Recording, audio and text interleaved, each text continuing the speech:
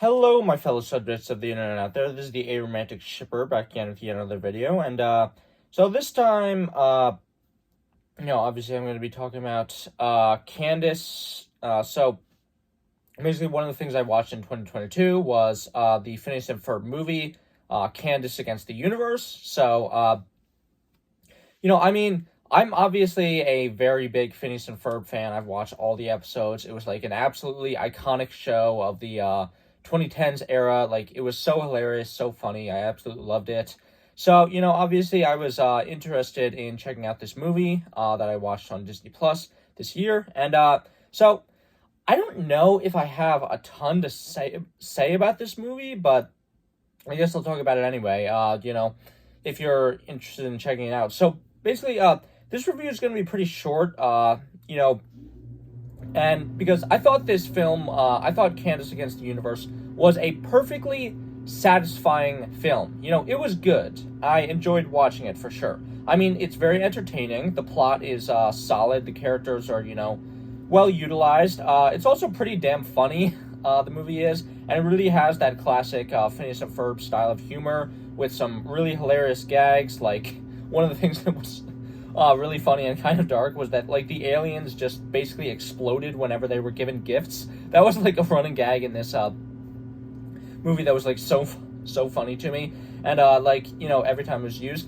And this movie is just the best thing about it is and the best thing about Phineas and Ferb is that it's definitely very funny, and I think it was probably more funny than Milo Murphy's Law, which was of course something that the creators of Phineas and Ferb also went on to do after they were finished with Phineas and Ferb. But anyway, another thing I liked about this movie, that it was cool. I do like that, Doofenshmirtz actually joined along with the adventure, and he was sort of an active part to play in it. And, I like that the Phineas and Ferb franchise is, keeping consistent with the fact that, Doofenshmirtz went through a redemption arc, and, it's not just regressing him back into being a comedic villain for the sake of, we just want to go back to the status quo. No, I like that. I like that Doofenshmirtz is actually sticking to the redemption arc that his character got in the finale of the show. And so overall, though, for this movie, I wouldn't say it really went above and beyond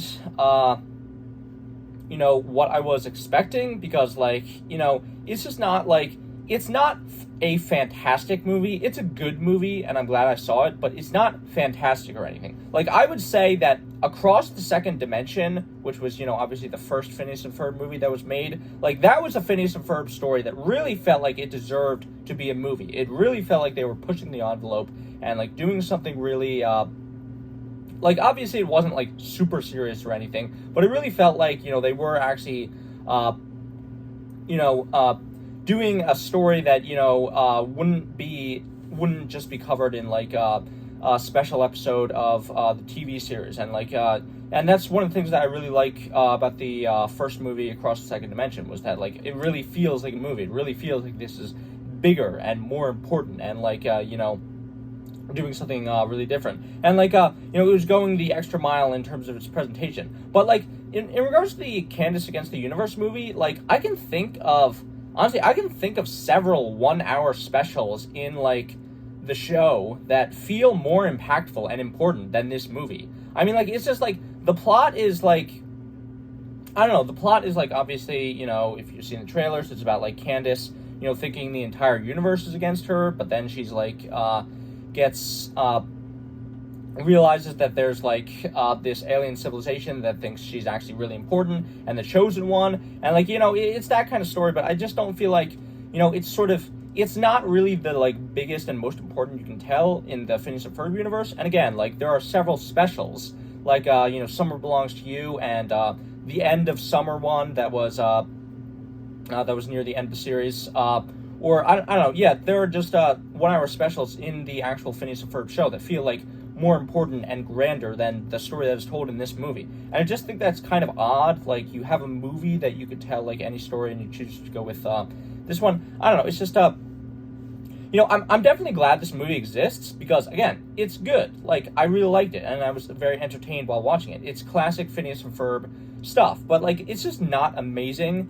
But, if you're a Phineas and Ferb fan, or even if you're not, this definitely isn't a bad way to spend your time. So I would definitely recommend Phineas and Ferb, Candace Against the Universe. It's a good movie. I really enjoyed it, even though it's not amazing or anything. Anyway, so that is what I thought about it. Please be sure to like, share, comment, and subscribe. This has been the Aromantic Shipper, and as always, remember, just because you can't feel love doesn't mean you shouldn't want other people to. Bye!